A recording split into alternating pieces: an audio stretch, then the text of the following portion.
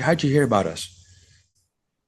Well, I think Eric was having a dream about the role that boxing academies could play in helping youth transform their lives, and then I started looking what's out there existing, and then I found you all. Roy, I want to start by asking you to fill us in on what kinds of stuff you're up to in the Righteous and Chosen Boxing Club. Yeah, so I've been doing this for quite a few years. I want to say about 15 years. And what we do here is that we're a nonprofit boxing gym, a bunch of guys that recognizing the community needs help with these youth. I used to work probation back in the day, and I always thought to myself, why are we helping these kids? Why are they in trouble? Why don't we get them before they get in trouble? And then when I moved to Washington, it was just I used boxing as getting these kids coming through the door and just say, hey, let's work this together. And so the other kids that we get are kids that are misrepresentative, kids that make the wrong choices, good kids, but make a lot of mistakes. A lot of them don't have the guidelines or the guidance to correct those mistakes. And here at the boxing gym, we're just here trying to help out the community to teach these kids, okay, the choices you make is going to be either going to get you either locked up or killed, or we're going to sit there and you're going to make a life where you're going to be able to be a member of society and be good for you and your family in the future. Got it. Do you have a guess at around how many young people that you've helped and guided and mentored and taught boxing to? I've been doing it for 15 years. I want to say thousands. I mean, I got kids right now that I have their kids coming in. So their daughters are coming in too. So the kid when I had them once at 14 years old, now they're having, they're 25 having their kids and I got their kids coming in as well too. And they say, hey, this space is safe. It took me away from where I used to be. It helped me become a father, a husband. And I don't want my son or daughter to go anywhere else. I want them to come over here. I assume it's more boys than girls who are participating in the program. Yes, majority more boys. We do have a handful of girls, but it's hard to keep them here. Even in the boxing realm of the whole competition, it's hard to get girl competitions to go. They do have some trying to get more, but it's mainly boys. Did you have a background in boxing? Well, I started when my daughter was 16, and she was like, "Dad, let's go try some boxing lessons. I want to go." And it's like, "All right, let me go with you." We went and did some boxing classes together, and we trained. And a man from the guy that was never afraid from getting in a fight before, it was easy to step into a ring with somebody and not have so much fear, a little more excitement or anxiety, but yet overcoming it and just fighting to the point to where I enjoy it. I really enjoy being in a ring with somebody. And I actually did MMA first. So, and then I was actually a sparring partner for two guys in Spokane Valley that would come down and spar in Pasco when I was just training, and me and my daughter with the other couple kids. All of a sudden, the two coaches got in a big old fight, and the kids are like, "Now what are we gonna do?" And it's like, well, I was good at it, so it's like I'll start coaching. What is the geographic area that the Righteous and Chosen Boxing Club draws from? All Tri Cities. Matter of fact, we got Pasco, Kennewick, and Richland, and now we have Prosser. Prosser kids are coming down over here, and then we also have kids from Mesa. So a lot of that geography is in Benton County. And Eric, you are the prosecuting attorney for Benton County. What initially stood out to you when you learned about Roy and the work that he's doing with youth? Well, first of all, Blair, I have you to thank for making this connection. You were the one that said, "Hey, have you checked these guys out?" And that's when I reached out to Roy, and he brought me over and gave me an initial tour of the gym. So thank you. Unfortunately, I deal with in my work a lot of juvenile cases involving homicides and violent crime, and they're very difficult because you've got a victim whose life has been taken and distraught family members. And you've also got the defendant in these cases who is oftentimes very young. We've got some of these cases involving 13, 14, 15-year-old kids. So when we are prosecuting the case, we're addressing some very difficult issues, some terrible thing that's already happened. And just sort of in the course of time, I realized, there have to be people in our community that are doing some of the upstream work for this same segment of the population. We will prosecute these cases if we need to, but I would much rather see troubled kids go to a boxing club like the one that Roy runs. And what I think is so great about it is he's dealing with a lot of identity issues with these kids. And he's doing that in the context of teaching them a skill and teaching them some life skills.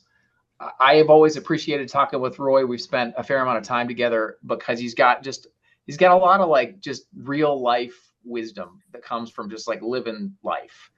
And that's the sort of thing that these kids just haven't had in life. They haven't had somebody pouring into them who is, or not, they haven't necessarily had that, who is making them feel seen, making them feel known and valuable, and is teaching them skills that they can transfer to other things. When I first made the trip over to the gym, like he's showing me around, you can see in the background, he's got a great boxing gym. But he walks me over to this corkboard, Blair, and he's got all these photos of these kids, these past students of this program. And he's like, hey, these are all the ones that have gone to college. And these are the ones that have gone into the military. And I'm looking at this corkboard thinking, these could have been kids that I would have had to prosecute for a homicide case. And instead, this is what's happening. And I've been inspired ever since. Beautiful. Do you want to comment on that at all, Roy? Yeah, the kids that we get, a lot of them are through single families, single parents. Some of them are actually don't have the guide of a mother or father. They're doing life in prison.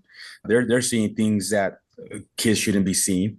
One of the youth seen his dad get shot by a cop, then standing shut off, and then he shot at a cop back and forth, and he ended up doing life in prison. And after a while, this kid's like, had anger issues when we first had him, and he got triggered pretty fast when we were trying to correct him on the way we touched him, and got really aggravated and yelled at us, and we calmed him down, but he stuck through us. And then he mentioned one time that he wants to become a cop, and it's like, there we go. So the kids that we get, they don't have that connection to have somebody to maybe believe in them. And a lot of these kids that we do have as well, they don't have a structure to have somebody correct them. Matter of fact, we had a kid yesterday, and we just started, and he just got out of juvie. And he has 1 year probation, and he was talking about. I go, so what'd you hear about us? He goes, yeah, my dad says you're gonna help me get through what I need to get through. And I says, well, no, we're gonna guide you, and we're gonna tell you what needs to be done, but it's gonna make your choice. You gotta make the choices to do it yourself, but we will correct you. I says, we will help you with what needs to be done and remind you where you're going to go. Either you're going to box with us, or you're going to compete, or, we're going to deal with you in juvie and whatnot. We never want to see you fail. We always want to see you succeed. So it's always, we want to see you, when you stumble or fail forward. I don't know if you ever heard that before, fail forward. And it's a learning process. As long as you fail forward, it's a process to learn. Is there some kind of foundational set of values that are like the basis of some curriculum or just principles that you teach to the youth? Yes, a lot of the principles that we have is through our Lord Jesus Christ. It's God. It's just and the reason why I say that is because when I surrendered, it's been about 14 years, and I had the heart and hearts of these kids. I understood where they're coming from. I understood not having a self-worth. I understood trying to find my self-worth in this world, and not knowing what I'm supposed to be doing, and yet getting all this negative stuff to make me feel good for the moment. And, so when I surrendered to Christ and my heart changed, and, I just tell kids all the time, it says, what you're going through right now in life is, I could give you a pep talk that will last 2 or 3 days and you'll get back to it. So what you need is a heart change, which I can't give you, only Him. And the reason why I say that is because I needed that heart change so bad. So, when I was younger, never received it until I surrendered at the age of 40. And that's when everything changed. So that's our foundation is through our Lord Jesus Christ. Any comments you want to make at this point, Eric, on what's been said?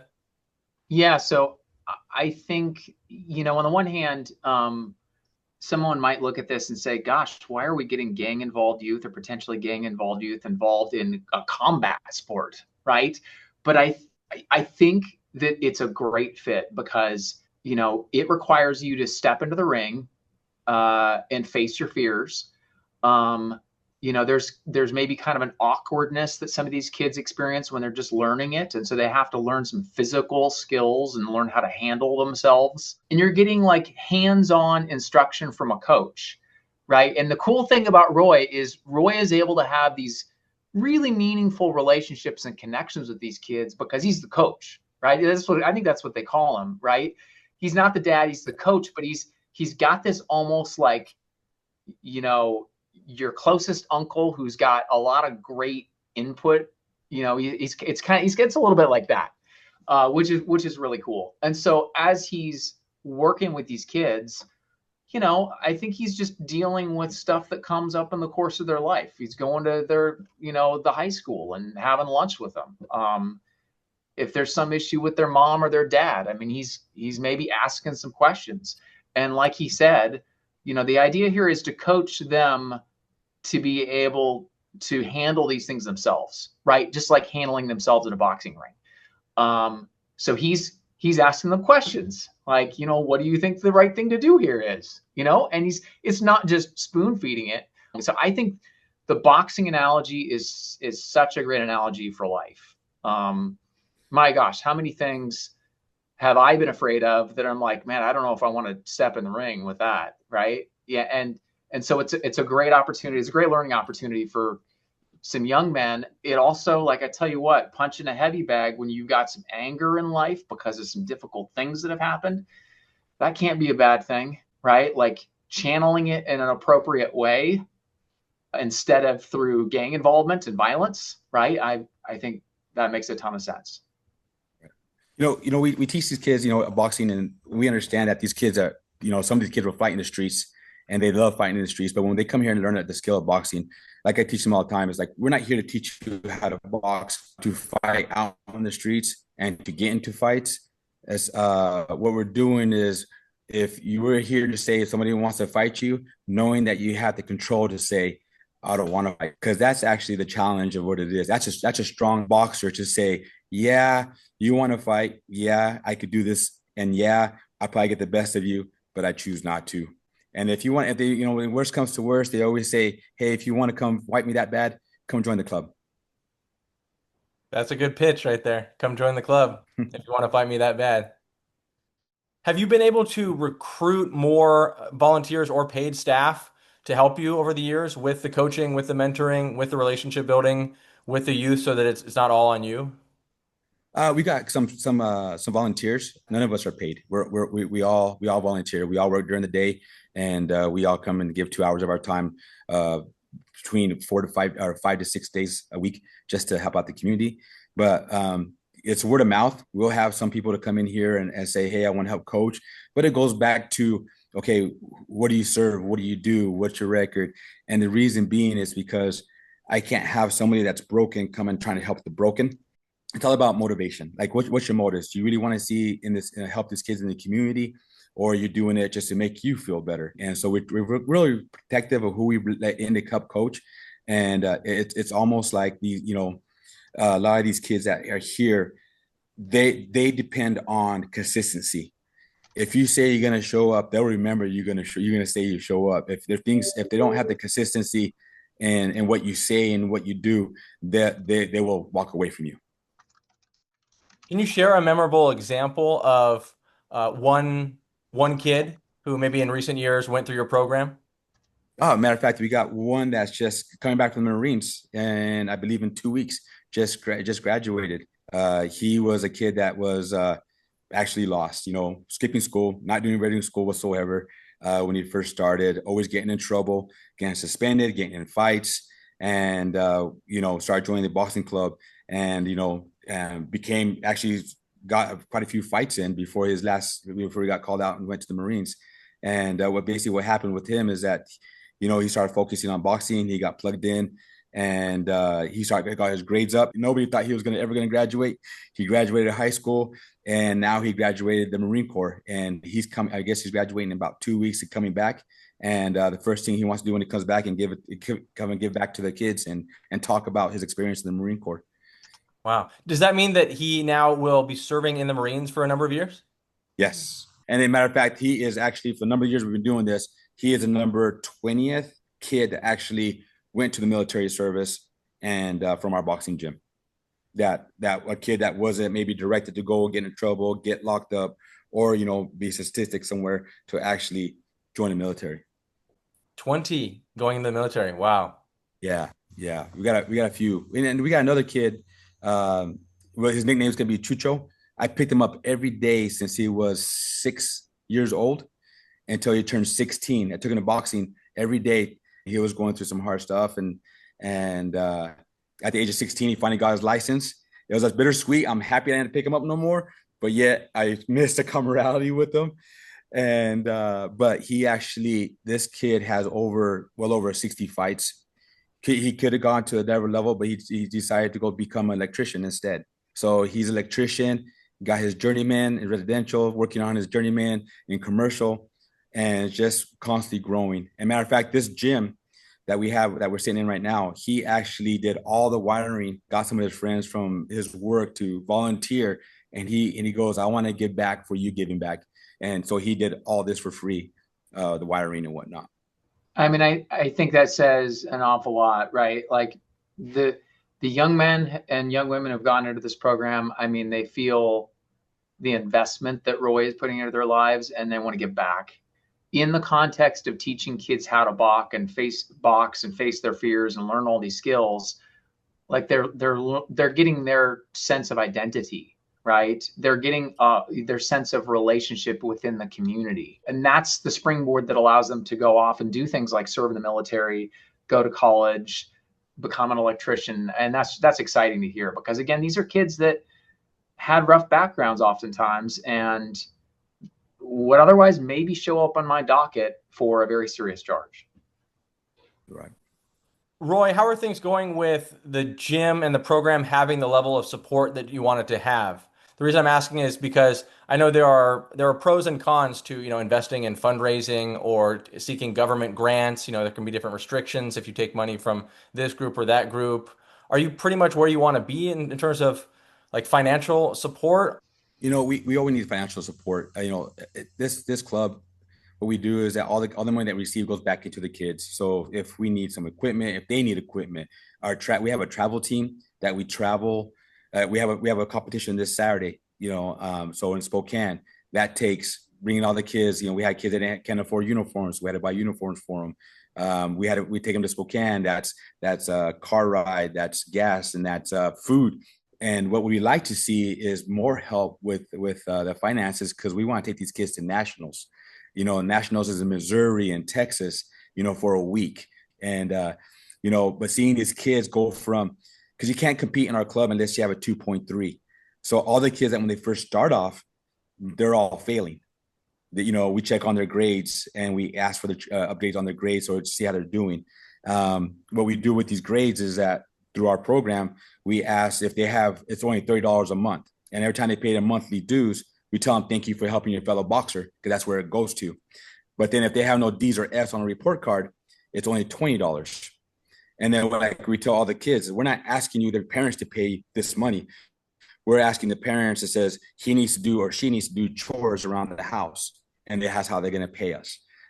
And then I actually once a month or throughout the month, I check out the grades and remind them that I say uneasy conversation. Hey, you haven't paid your monthly fees. And the only reason why I do it, like I tell them, is because you can't avoid a responsibility. This is your responsibility to do. I want to know why you haven't you paid it. It's because maybe you didn't do your chores like you're supposed to. Why aren't you doing your chores? And so, why is you paying 30 when you should only be in 20? What's happening in school? And it gives me that opportunity to speak to them, about what's going on in their lives as well. And so I try to teach them these little things by life lessons any which way I can with what we have. And so everything that we take, everything goes back into the club, and we just need more. It just need more. I know these kids that they're working so hard to get to where they're at, keeping their grades up, staying out of trouble, getting a part-time job, because before they never never thought about working. And now they're like, hey coach, I got an opportunity to go for a job and doing a job interview, which before they didn't have the confidence to do it or the discipline to stay at a job. And, but they're able to take them to the nationals, which is the next level of competition. And it'd be nice to get that support. Eric, what are your thoughts? Have you made efforts to see what additional resources might be able to be drummed up to support the operation? Yeah, so Roy and Marisol and I had a meeting with a couple of key people in the community regarding nonprofit resource raising, and I think that's still something that there's a lot of opportunity to continue to work on that. I think that what they're doing is incredible. I think Roy and Marisol have just a huge heart to help the kids in our community. And Roy candidly is like, hey, I recognize like I was like one of these kids, and so he's decided he's not going to sit on the sideline. He's gonna get in the action, and he's going to get involved in these kids' lives. Undoubtedly, for an organization like this, I mean, there are going to be more needs, and there's going to be an opportunity, hopefully, to grow this in whatever direction they feel led. Is there any fundraiser or something like that coming up, or anything that listeners should know about how to support? Supporting wise, well, we're working on some grants. We're hoping that goes through. We're still trying to get somebody to help us with the grants, maybe, help us write them and help us, just to say, hey, I can help you with this grant writing, help you guys establish some more finances. And we do car washes when we need to.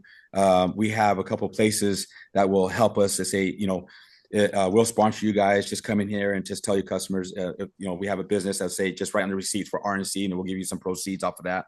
A lot of it too is that we have people that say, how can I donate? How can I donate and sponsor this kid? And we have a cash app. People would just donate some money and say, this is what I want to sponsor. So-and-so boxer is like, all right. So we have a kid. We had, matter of fact, 2 kids that are doing a competition this weekend that got sponsored by a couple of just random people. Say we want to help out this person, and we would just want to sponsor them to go to competition. And so every little bit helps. So. Do you have 501c3 status? We do. Eric, you are the prosecutor for Benton County. Anything you can share about any trends you're seeing related to crime and young men or boys? Unfortunately, we have a situation where we're seeing a real continued significant increase in juvenile crime. And there are a number of societal reasons for that. It's a really disturbing trend, right? Because these are kids that once they go down that path, I mean, can very well get caught up in that world for the rest of their life. And at the same time, like we're forced to deal with what happens. But my goodness, we'd rather not have to. Intercepting the problem early on is just perfect. It's ideal. I have a heart to see transformation in our community. I mean, ultimately, that's what a prosecutor does, right? He fights for the health and the safety of the community that he works for. And so I think this is a part of it. I think this is actually a pretty big part of it. And it's been an honor to get to know Roy and Marisol and come alongside them. Are there any statistics or data points you have handy that you could share? The Crime in Washington report was published earlier this year. I don't have that pulled up, but that'd be the most obvious place to look. Roy, anything else? Yeah, I noticed, talking with Eric, I know this year we're going to change things up a little bit. I know we're always word of mouth, and our place is always full. And, we get so many kids. But this year, I'm actually going to be talking to the principals and vice principals, and we're going to focus more on the bullies. So not because a lot of people would say, hey, I want to come and train my son and daughter because they're bullied. Well, I kind of really want the bullies to change their hearts. That way, if we get the bully and change their hearts, they wouldn't be bullies anymore in the path that they're going through, and understand that whatever they're holding inside, the anger, the frustration, that this is a positive place that they can release it and then grow from it and let it go.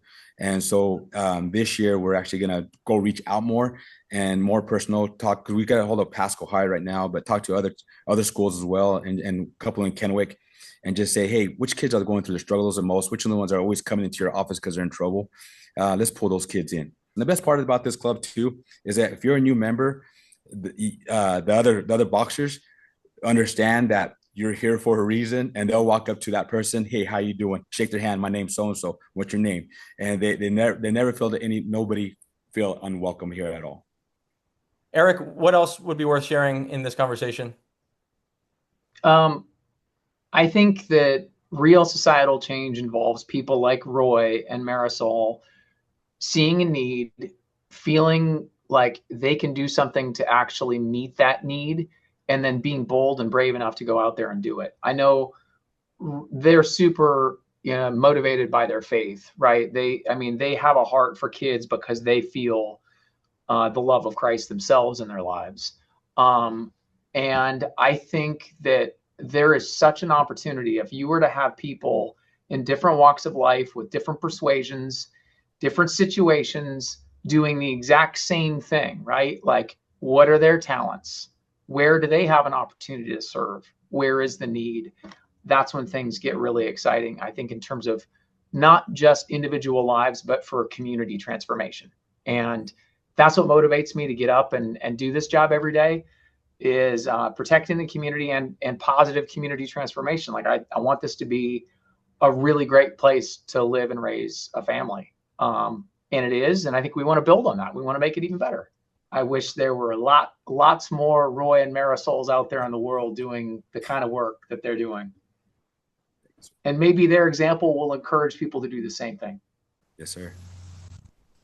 Well, we all care about Washington State, and I operate at the state level, trying to bring about positive change through policy making, building relationships with legislators, and being a source of high quality, sustained, nonpartisan advocacy, uplifting the issues of our male population, our boys, male youth, and men. So I feel grateful to be able to play this role.